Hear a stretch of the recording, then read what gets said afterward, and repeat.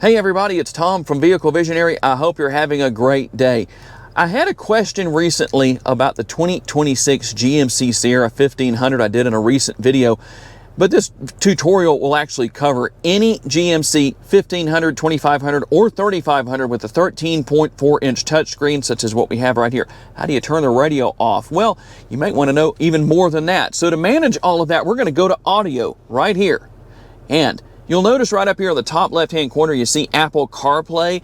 That will actually open a menu where you can see everything that you can use to listen to whatever you want to. Now, if your radio is on, and I don't have a station programmed right now, so you're gonna hear a bunch of static, but if you want to turn that off, well, all you have to do is come right here and you can go to whatever option you want to here. I use Apple CarPlay for all of the music that I listen to, so not a big deal. Obviously, you do have your knob right here. You can turn that off or back on right there if you want to do that and adjust the volume accordingly depending.